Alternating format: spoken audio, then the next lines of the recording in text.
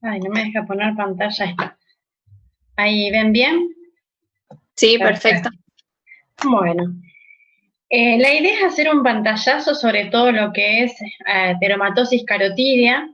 Era muy extenso, así que elegí ciertos datos que me parecían de relevancia de saber, y cualquier cosa, si quieren, yo les puedo pasar después toda la bibliografía que la tengo en una carpeta, que es larga. Pero de todos modos ahí van a encontrar algunos artículos, si ustedes quieren ir a leerlos, pueden ir buscando. Bueno, la ateromatosis carotidia es una enfermedad degenerativa, difusa de las arterias, generalmente que lleva a la formación de placas compuestas por células necróticas, lipídicas y cristales de colesterol, y que lleva a la formación de estenosis, embolización y trombosis a nivel de las paredes arteriales.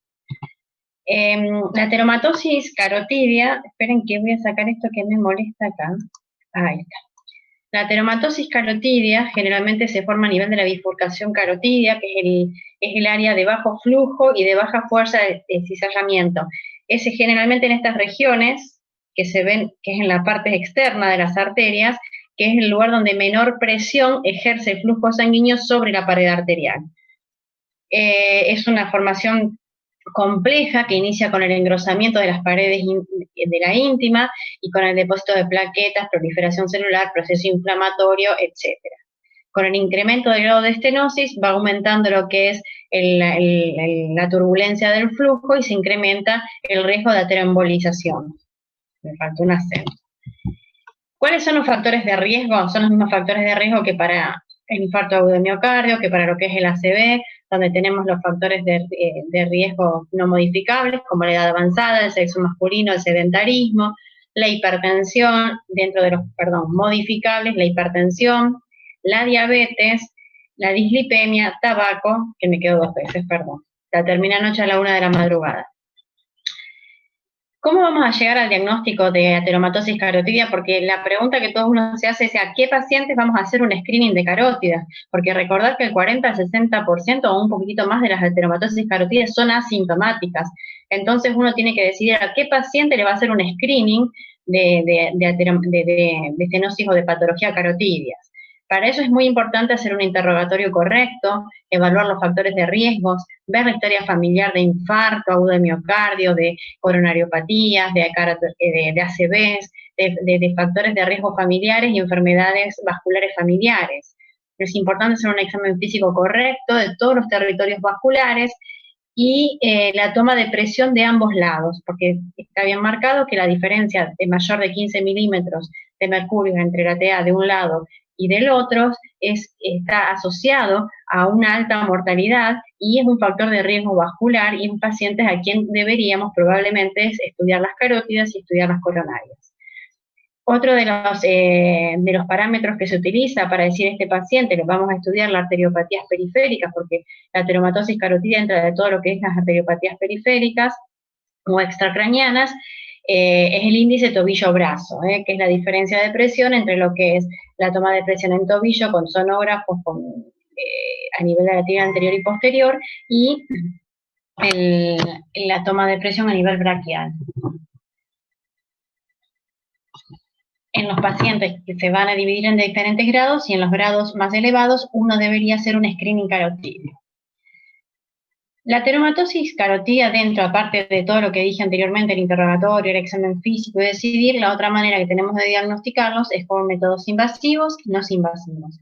El ecodoppler de vasos de cuello es el método más ampliamente utilizado, es de bajo costo, es mucho más accesible y tiene una especificidad y sensibilidad bastante elevada, de alrededor del 85-90% respectivamente, cuando está hecho por manos, o sea, por un operador que tiene el hábito de hacerlo.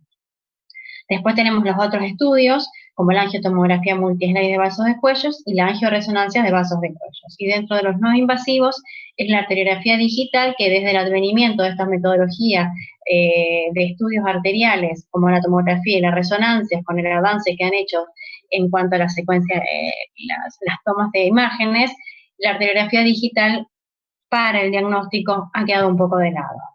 Acá vemos cuáles son las ventajas y las desventajas de la RMI y de la tomografía.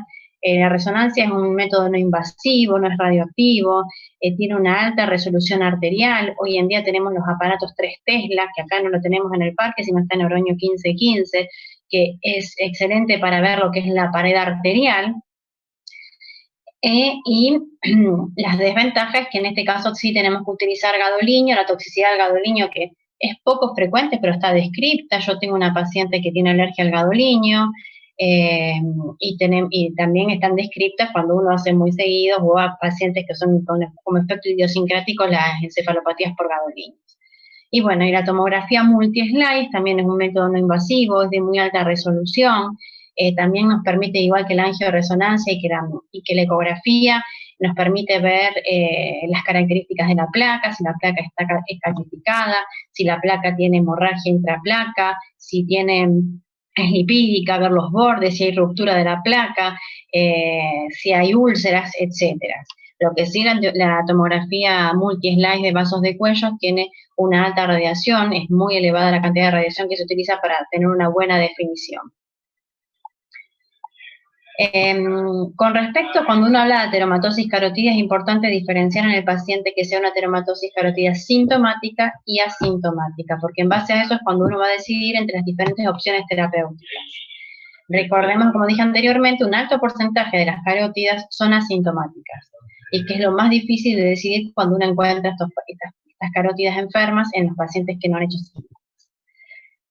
Carótidas sintomáticas o una estenosis carótida sintomática referimos a un paciente que tenga un accidente isquémico transitorio o un ACV isquémico.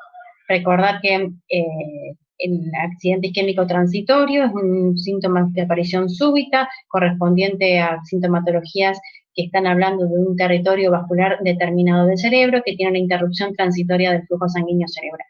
Normalmente dura menos de 24 horas, pero la gran mayoría de los pacientes revierten antes de la hora. Y lo que es el accidente isquémico transitorio, que es la aparición súbita de un déficit neurológico que se instaura y persiste y que dura y que se debe, como dije anteriormente, a la interrupción súbita del flujo sanguíneo cerebral a un determinado territorio. Hoy en día tenemos muchos de lo que es ACVs con regresión de síntomas, y que yo no mencioné anteriormente, que el AIT es con imágenes negativas en las últimas clasificaciones de los últimos años, porque muchas veces vemos que el paciente revierte la sintomatología, pero con el advenimiento de las nuevas secuencias de resonancia como es difusión, con una alta sensibilidad para la detección de isquemias, encontramos a veces trazos de isquemias, unos puntitos corticales, o encontramos la isquemia instalada, pero con reversión completa de síntomas. Como vemos en este gráfico, acá están englobadas todas las posibles causas y faltan algunas de posibles causas de ACV isquémicos. Aquí abajo vemos todas las que son las causas cardioembólicas, que son muchísimas, todas las que es enfermedades aquí englobadas de grandes arterias, porque cuando hablamos de grandes arterias tenemos que hablar de enfermedades de grandes vasos intracraneanos y de los vasos extracraneanos. Los vasos extracraneanos corresponden a un 20 o 25% del total de los ACV isquémicos, o sea que es un porcentaje elevado. El mecanismo fisiopatológico por lo cual una estenosis carotidia o una ateromatosis carotidia puede generar ACVs, las podemos dividir en 3 grandes categorías. Una por una embolia arteria-arteria, donde generalmente vamos a encontrar infartos corticales pequeños,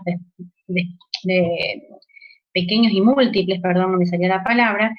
Otro es por la placa de estenosis y que genera generalmente a un paciente que tiene un estado de hipoflujo, una septicemia, una bradicardia o un trastorno sistémico que genera trastornos hemodinámicos y hacen lo que llamamos los infartos limítrofes. Estos infartos limítrofes, estos por ejemplo son los profundos, pero muchas veces tenemos los que son, iba a agregar unas imágenes y me olvidé, los que son limítrofes entre las diferentes circulaciones, arterias. Por ejemplo, esto es el territorio arterial cerebral anterior y generalmente encontramos en este territorio, que es entre cerebral medio y cerebral anterior, y esto que es cerebral posterior, muchas veces encontramos en este lugar o en ganglios basales tálamos, donde también se comparte la circulación, que es parte de la circulación anterior y posterior. Y son los infartos limítrofes, porque también uno cuando ve este tipo de infarto o esto puede estimar si es más por una embolia, que por ahí cuando encontramos el paciente con esta resonancia tenemos que diferenciar entre embolia arteria-arteria o cardioembolia, o cuando ya encontramos estos infartos más limítrofes, pensar que esto es más hemodinámico. Y también nos va a hacer pensar qué tipo de placa va a ser, si va a ser, si es una placa que está en una trombosis con embolias, no es lo mismo tomar la decisión de qué tipo de terapia de repercusión vamos a tomar en esta fisiopatología que en esta otra fisiopatología.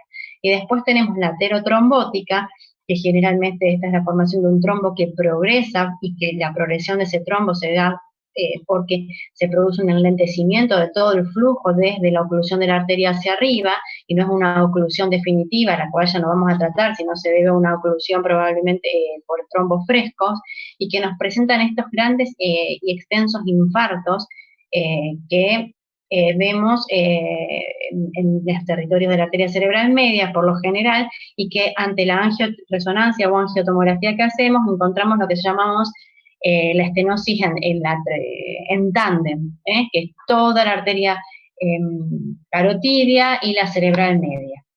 Y son infartos muy extensos, muy malignos. Con respecto a la sintomatología que vamos a tener, va a depender que generalmente la patología va a ser embólica, la gran mayoría de las veces, es como la arteria que va a estar afectada. Cuando tenemos afectada la coroide anterior, va a tener una hemiparesia contralateral. Cuando tenemos afectada la cerebral anterior, el paciente presenta apraxias idiomotoras, paresias de miembros inferiores contralaterales. Cuando está afectada el área izquierda o dominante, podríamos decir más correctamente, va a presentar trastorno del lenguaje como afasia.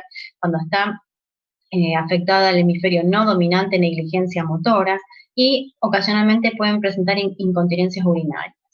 Cuando se afecta la cerebral media, vamos a encontrar hemiparesias contralaterales, hemianopsias homónimas contralateral. Cuando se afecta el hemisferio dominante, que en la mayoría de la población es hemiizquierdo, va a presentar afasias, y en los hemisferios, afección del hemisferio no dominantes, el paciente va a estar apráxico, confuso y con delirios, ocasionalmente. Cuando es la arteria oftálmica, es la ceguera monocular transitoria. Este es uno de los AIT más frecuentes, y cuando un paciente presenta con ceguera monocular y con la amaurosis fugaz, lo primero que tenemos que descartar es carótida. Y luego tenemos cuando es la oclusión de la arteria carótida interna, que va a tener una combinación de la afección de los diferentes territorios.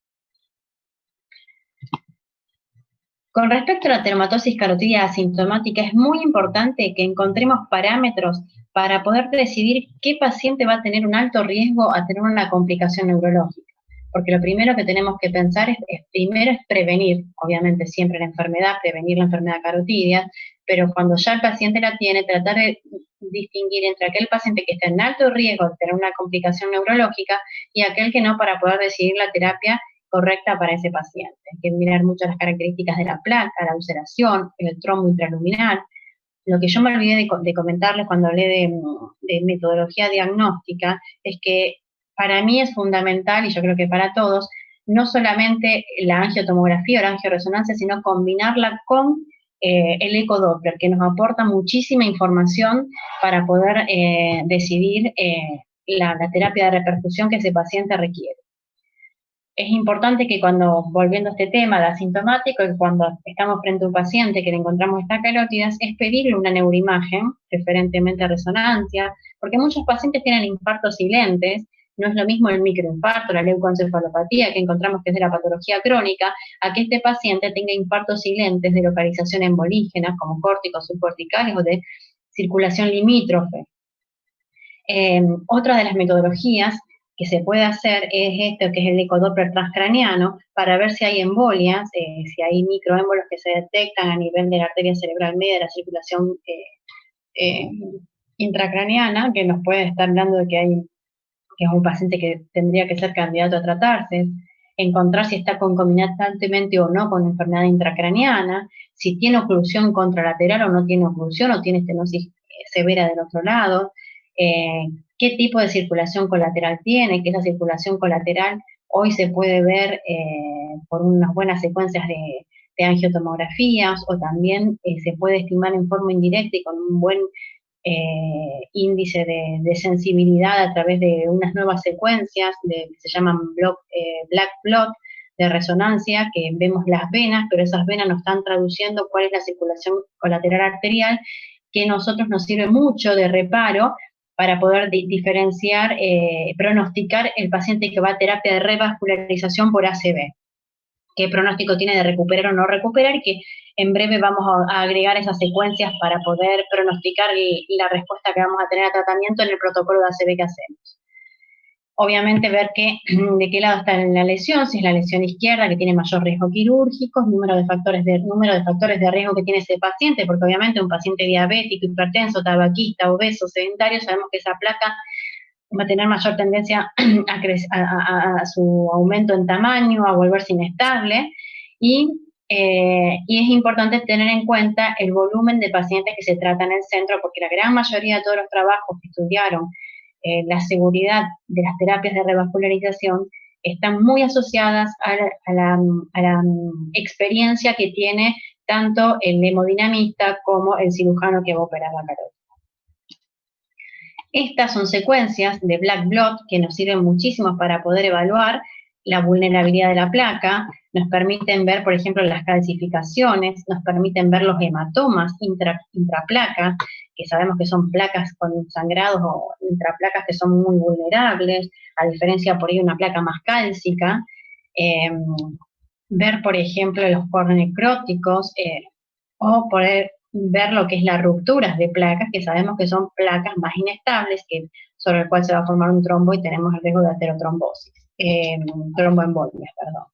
Estas secuencias de Black Blot lamentablemente son un software que no lo tenemos acá y que es muy caro, pero bueno, algún día lo podríamos por ahí tener. Nosotros, perdón, no es el Black Blot que vamos a utilizar para predecir lo que es perdón que no me sale el nombre, la circulación colateral es otra secuencia que sí se puede hacer acá en el parque. En cuanto a lo que es el tratamiento, vamos a tener que plantearnos de vuelta si el paciente es sintomático o es asintomático, vamos a tener que darle el mejor tratamiento médico y decidir si el paciente requiere una terapia de revascularización y cuál va a ser, si va a ser la endarterectomía o el stent carotídeo. Con respecto al mejor tratamiento médico, estamos hablando de lo que es la antiagregación plaquetaria. En el paciente asintomático se opta por aspirina a bajas dosis o clopidogrel. No hay ningún trabajo que muestre el beneficio o la eficacia en el paciente asintomático a antiagregarlo, pero tendemos a antiagregarlo y la indicación es hacerlo. Si el paciente va a ir a terapia de revascularización hay que antiagregarlo peri y post procedimientos, y si el paciente es candidato, le coloca un stent, se debe mantener una doble antiagregación por un mes. Hoy en día también hay tendencia en el paciente sintomático a doble antiagregarlo hasta el procedimiento, y después si es una endarterectomía se baja a una simple antiagregación, y si es el stent se mantiene por un mes la doble antiagregación. Lore. El tratamiento hipolipemiante es fundamental con atorvastatinas o rosuvastatina a altas dosis, atorvastatina 80, rosuvastatina 40 miligramos, con un objetivo de colesterol LDL de 70 miligramos por decilitros, y en los pacientes que tienen valores entre 70 y 135, pues es la reducción de un 50% del valor del LDL. Lore, ¿te puedo hacer una pregunta? Sí, sí. En el caso de que un paciente se ponga un stent carotídeo, pase el mes, ¿con qué antiagregante queda después, habitualmente? Si el paciente se puede mantener con aspirina tranquilamente, con aspirinas que van desde 80 miligramos a 325 miligramos, que para la prevención de ACV no mostró diferencia de eficacia. Después, pero nosotros en el parque tenemos poca experiencia en carótidas, casi no tenemos carótidas. Tenemos más forámenes oval permeables y cardioembolias que carótidas. Pero después con un simple antiagregante se puede mantener. No sé si después estaba Vanina, si quiere aportar algo, creo que no sé si se conectaba, no me acuerdo. Bueno, gracias. Bueno, después el tratamiento antihipertensivo, que es la reducción, que ha demostrado que puede haber reducción y regresión de la placa. El objetivo es mantenerlo por debajo de 140-90 milímetros de mercurio, pero no menor a 110 milímetros de mercurio. Antes, en las guías anteriores, no se hablaba de cuál era de cualquier antihipertensivo podía ser, pero en la revisión del 2018 se habla de los inhibidores de la enzima convertidora de angiotensinas o de los bloqueantes. Importante una dieta equilibrada, actividad física y el dejar de abandonar el hábito del tabaco. Que estas últimas no se mencionaban y hoy en día ya se mencionan en las últimas revisiones, y Sí, la actividad física, ahora salió una última recomendación que creo que depende de la actividad física que haga el paciente, si es intensa o leve, es la cantidad de minutos por semana que se indican. Creo que es de 75 a 150 minutos por semana de actividad física intensa, y si es una actividad física leve, creo que es de 100 a 300 minutos, no me acuerdo, algo así. Pero es lo que se recomienda que el paciente haga siempre actividad física aeróbica. Con respecto a la endarterectomía, en los pacientes, ¿qué es lo que se recomienda? En los pacientes sintomáticos entre 70 y 99% de estenosis hay un claro beneficio de la endarterectomía sobre siempre el tratamiento, mejor tratamiento médico. Entre el 50 y el 69 es poco claro, el mayor beneficio se ve en el sexo masculino, y en las guías anteriores, con los trabajos que había, se hablaba siempre de un beneficio probable de la endarterectomía sobre el tratamiento médico, mejor tratamiento médico, pero en el momento que fueron realizados los estudios, no se conocía ni se sabía cuál era el mejor tratamiento médico. No sé, por ejemplo, muy pocos pacientes estaban bajo estatinas y con dosis no adecuadas. Entonces, por eso es poco claro, ahora se dice que el beneficio en ese rango de estenosis es poco claro y que se debe tomar la decisión paciente a paciente, tratando con las metodologías complementarias, factores de riesgo, ver cuáles son las carótidas que son más inestables. En el paciente asintomático, mayor del 60%, se puede considerar, siempre y cuando sean centros con riesgos de ictus o muertes perioperatorias menor al 3% y con una expectativa de vida mayor al 5%.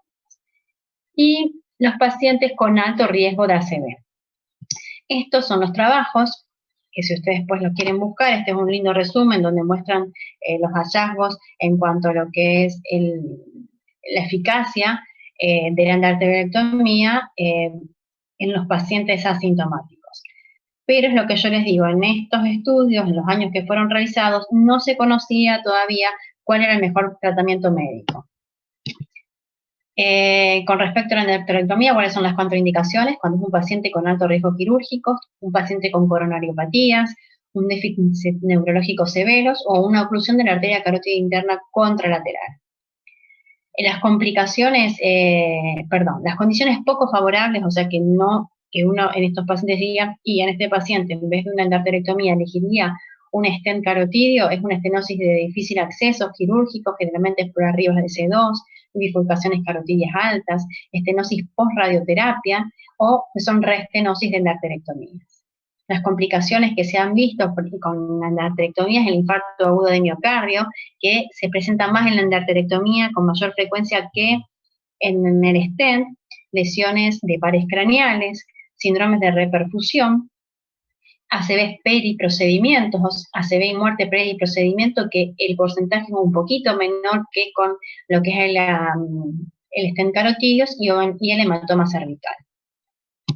Con respecto al stent carotidio, la opción es a la endarterectomía. Hoy en día, con el advenimiento y la mejoría que han tenido los dispositivos y de la mayor implementación de la terapia, se ha visto que no hay tanta diferencia entre el stent y la endarterectomía.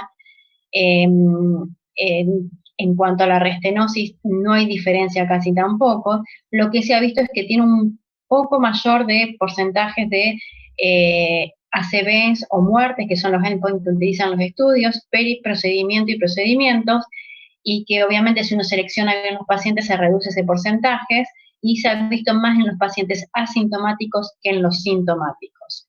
Y entonces siempre queda como una opción para los pacientes entre 50 y 99% con alto riesgo quirúrgicos, en los pacientes que tienen, como les mencioné anteriormente, que eran los de alto, que no vamos a elegir la endarterectomía por pacientes con coronariopatías, pacientes que tienen alto riesgo quirúrgico o difícil acceso quirúrgico. Estos son los estudios también que comparan el tratamiento del stent carotidios en pacientes asintomáticos versus el mejor tratamiento médico versus, acá en estos estudios también se compara la endarterectomía, y como dije anteriormente, acá tampoco estaba establecido correctamente el mejor tratamiento médico. La teromatosis carotidia, las condiciones que aumentan el riesgo o que son pacientes de alto riesgo para tener complicaciones para la colocación del stent son pacientes que tienen placas blandas, bien lipídicas. Sabemos que esos pacientes son de mayor complejidad. O pacientes que vemos que tienen trombosis sobre la placa ulcerada. Porque cuando uno pasa con el stent tiene mayor riesgo de desprender y de generar embolias distales, a pesar de que se utilizan los dispositivos de protección. Lesiones preoclusivas, cuando la extensión de la lesión es mayor a 15 milímetros, cuando hay una circunferencia de placa calcificada, cuando tenemos arcos aórticos muy flexuosos o en tipo 3, cuando hay ateromatosis severa del arco aórtico también, porque podemos desprender pequeñas plaquitas, y cuando hay una marcada tortuosidad de la arteria carótida interna distal. Las complicaciones son similares a la endarterectomía, el stroke y muerte periprocedimientos, es levemente superior que la endarterectomía y se ven más en pacientes de edad avanzadas y en pacientes asintomáticos. Por eso en los pacientes más añosos siempre elegimos la endarterectomía sobre el stent carotídeo. Y el síndrome de reperfusión, que también lo mencioné estoy trabada, estoy cansada, en la endarterectomía. Quería mencionarles lo de la terematosis carotídea, el síndrome de reperfusión, que es lo que vemos, que es una tríada que se caracteriza por la presencia de cefalea, crisis convulsivas y signos de focalidad neurológicas sin encontrar lesión isquémica en resonancia, y que esto se debe a un ascenso de la presión arterial. En la hipertensión arterial la vemos más, por ejemplo, con la endarterectomía que con el stent carotídeo. Por eso esto a veces es un poquitito más prevalente de encontrar en la endarterectomía que en la revascularización por stent. Tiene una incidencia muy variable, de 0.2 a 18.9, y está asociada a ambas técnicas. Hay factores de riesgo que nos van a decir qué pacientes tienen mayor posibilidad de desarrollar, los pacientes con hipertensión arterial, con diabetes mellitus, estenosis carotidia severa, oclusión carotidia contralateral, pobre circulación colateral, disminución de la reserva cerebrovascular, pacientes que producen hipertensión, y esto se debe generalmente al aumento del flujo sanguíneo cerebral, y que se ha estimado que cuando se produce ese aumento del flujo sanguíneo cerebral se hace un 100% con respecto al flujo que tenía previo.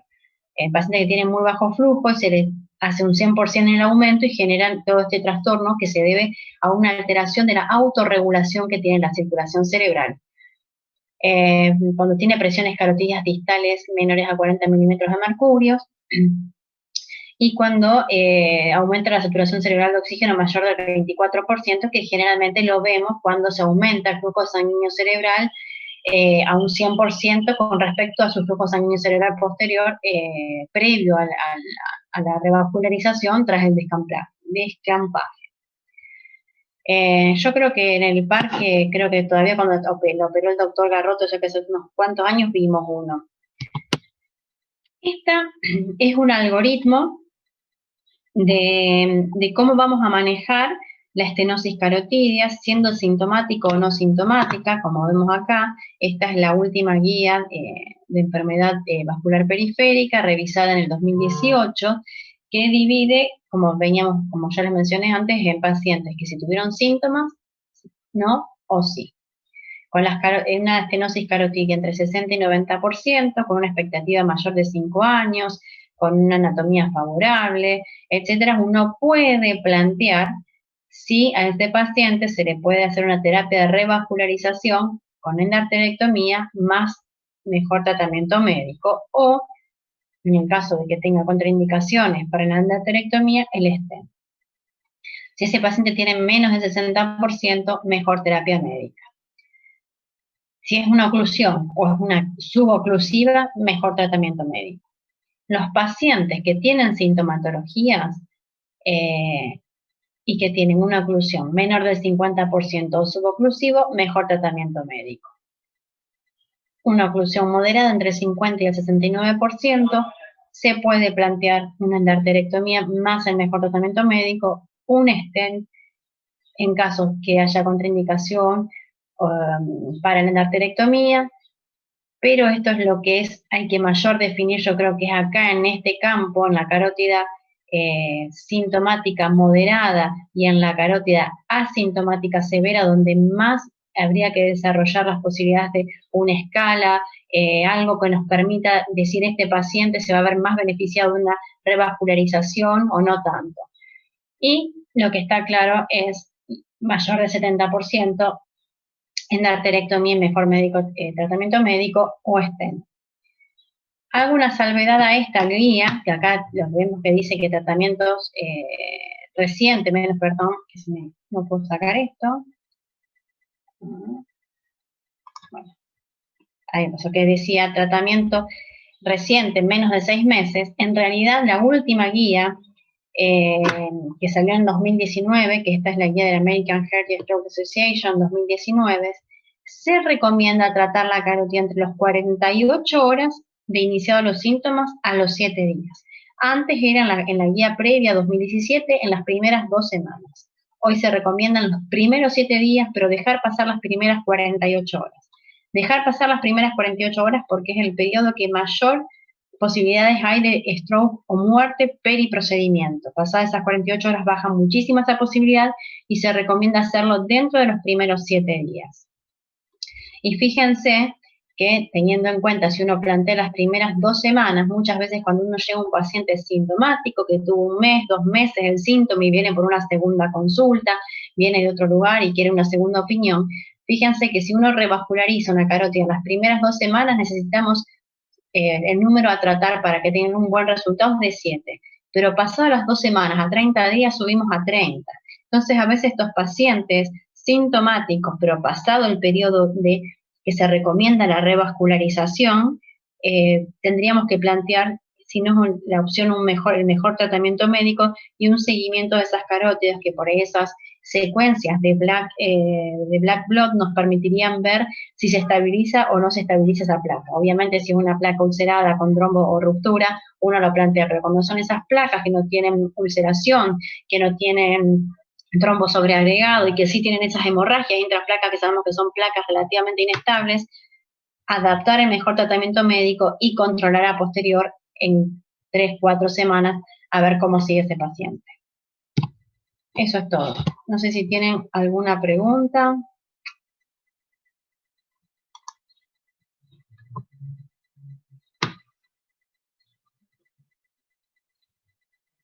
Traté de hacer un pantallazo, porque es bastante largo. No quería poner todos los artículos y todo eso porque a mí me duermen. Cuando me empiezan con los artículos y las tablitas, yo me empiezo a cabecear. Pero quería hacerle un pantallazo, por lo menos que tengan una idea. Ahí había algunas bibliografías y lo que está claro es mayor del 70% en las primeras 2 semanas, o sea, cuando nos llega en el agudo, mayor del 70% sintomático, hay que ir a una terapia de revascularización. ¿Cuál? Va a depender del paciente, de la anatomía de la carótida y de otros factores que hay que decidir. Y que lo ideal sería pasadas las 48 horas dentro de la primera semana, que son las últimas recomendaciones. El gris es en el asintomático o en el moderado, y que yo creo que ahí hay que valerse mucho del ecodoppler, que nos ayuda un montón, pero sinceramente, a ver quiénes están, el ecodoppler hecho por el cardiólogo. A mí ahí en el parque yo prefiero siempre la información que me da el ecodoppler cuando logramos que lo haga un cardiólogo, porque por ahí lo piden ustedes, que es muy diferente al ecodoppler por ahí de ecografía, porque hay que sumar las 2 técnicas, la tomografía o la angiotomografía y la angioresonancia.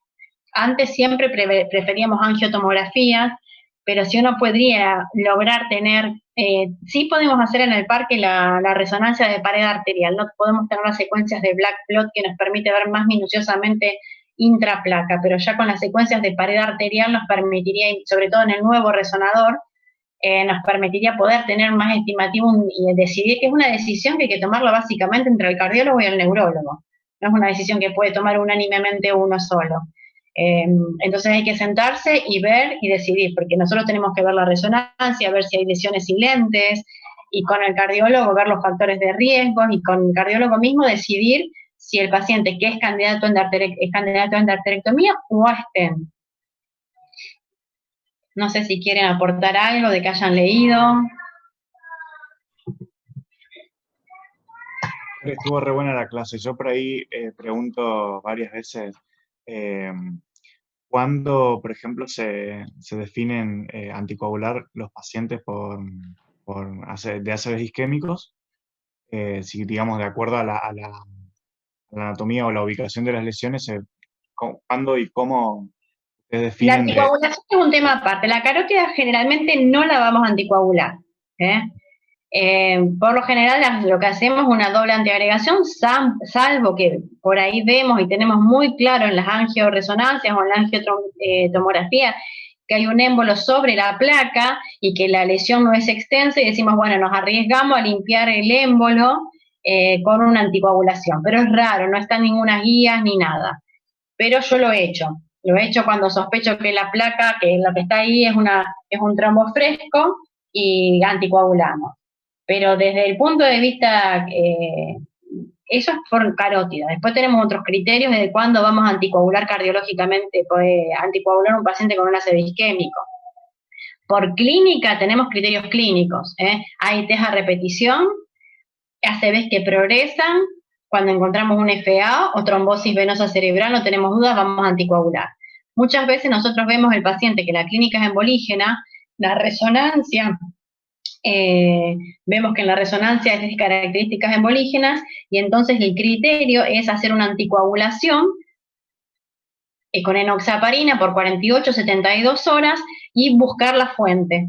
Si no encontramos fuente embolígena, y que en ese caso entra lo que es el ACV, en lo que llamamos Jesus, que es una nueva clasificación de hace un par de años, que son ACV de características embolígenas sin fuente embolígena determinada, hay varios trials que comparan en esos casos donde no se encuentra fuente embolígena, se compara lo que es antiagregación con rivaroxaban 1, que ese es el Navigate, y el otro que no me acuerdo cómo se llama, que es aspirina versus dabigatran.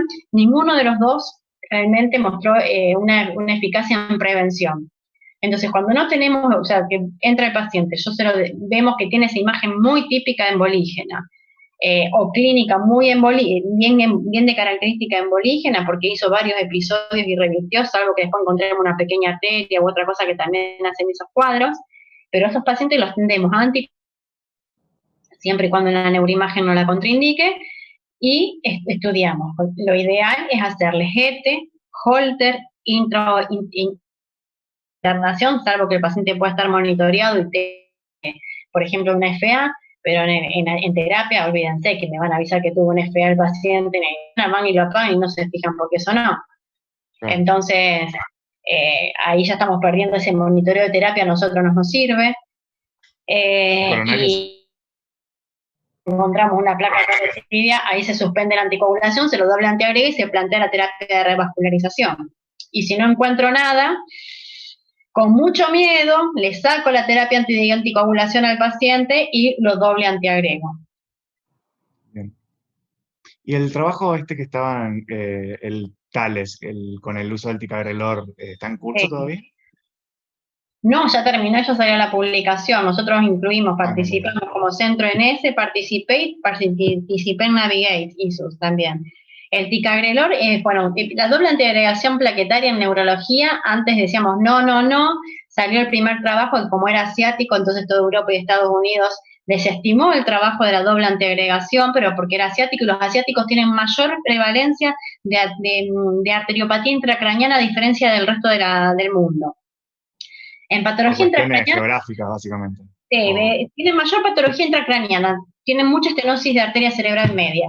Cuando encontramos una patología intracraniana, no hay duda, doble antiagregación. Y ya cuando se empezó a hacer Thales, que viene del Sócrates, donde también participamos como centro, ya se estaba sugiriendo lo que es la doble antiagregación plaquetaria en AIT de alto riesgo, donde hacemos la escala ABCD2 y le da un puntaje mayor a 6, o AIT menores. Y una doble antiagregación por 21 días. 21 días, algunos trabajos hicieron 21, otros 30, pero después ya se pasa a simple antiagregación. Y Thales, en realidad, es ticagrelor más aspirina versus aspirina solo, y mostró una superioridad en la prevención, que tienen los mismos criterios, AIT de alto riesgo o ACV menores, con un score de NIH menor a 5. Y ahora hay en curso otro que es ticagrelor más aspirina versus clopidogrel más aspirina, porque ustedes ya deben saber que el ticagrelor tiene una acción mucho más desinflamatoria sobre la pared arterial y creen que tiene una acción mucho más desinflamatoria, sobre todo sobre la pared carotídea. Entonces eso es lo que están viendo porque los protocolos eran de incluir los pacientes en las primeras 12 horas de iniciados los síntomas. Pero si a lo último, yo creo que con el tiempo se va a hacer la tendencia a la doble antiagregación aspirina-ticagrelor en neurología. Sí, yo no, la verdad que no sabía que había terminado y bueno, a expensas de hemorragias o algo, la verdad que ni idea. Fue igual. No tuvo mayor incidencia de hemorragias, no tuvo mayores complicaciones y sí fue realmente, mostró una superioridad versus aspirina sola. Así que ya sí, están en la New England, creo que eran gratuitos esos. Pero sí, es como la nueva, como el nuevo top model de neurología, pero siempre neurovascular va atrás de cardiología, porque lo vascular ve que anda en cardiología e intentan copiarlo en lo neurovascular. Porque el ticagrelor aspirina ustedes lo tienen hace mucho más tiempo. Claro, claro. No sé si tienen alguna otra pregunta. Un momento. Ya. Estás muteada.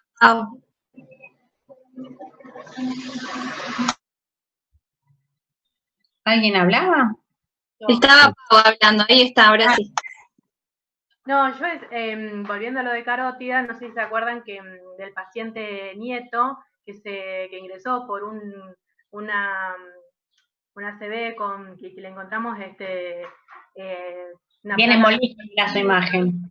A nivel de la carótida y se hizo la endarterectomía y hoy se fue de alta con muy buena respuesta.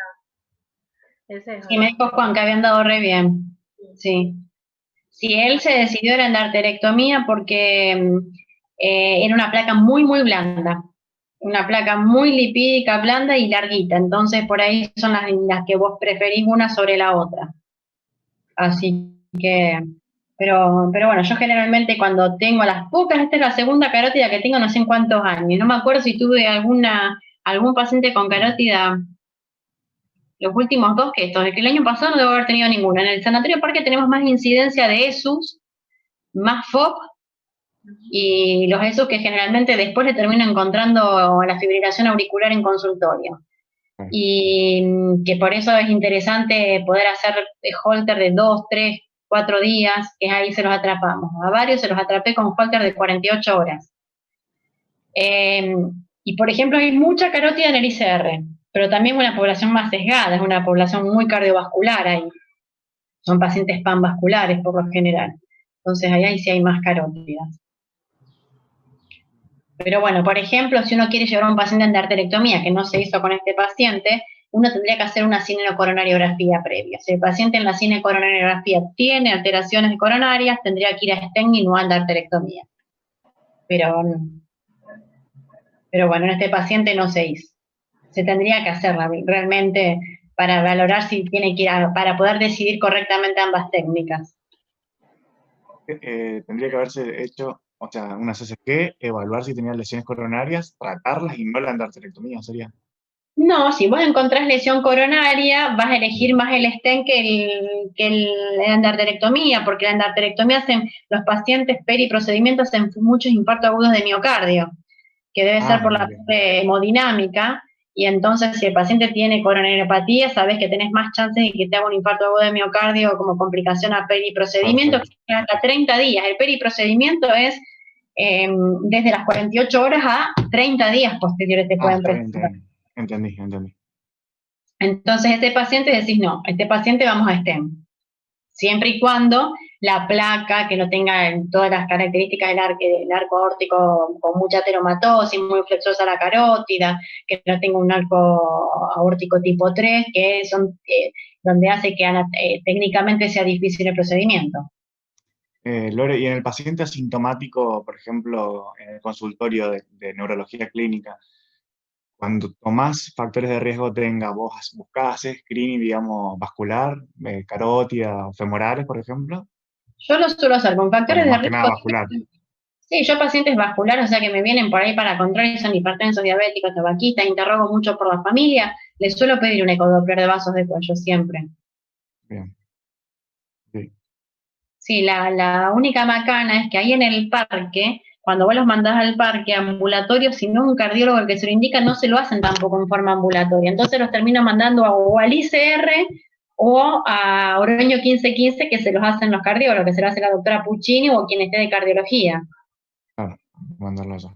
Sí, que esa es la única macana, ¿viste? Que si no está prescripto por un cardiólogo, el cardiólogo no se lo dan al cardiólogo, sino se lo dan a ecografía. Y no es lo mismo que te lo haga el cardiólogo, que hace una atrás de otra, que te lo haga el ecografista común, salvo algunos como Sánchez, o algunos ecografistas que son muy buenos, que te van a dar buena información.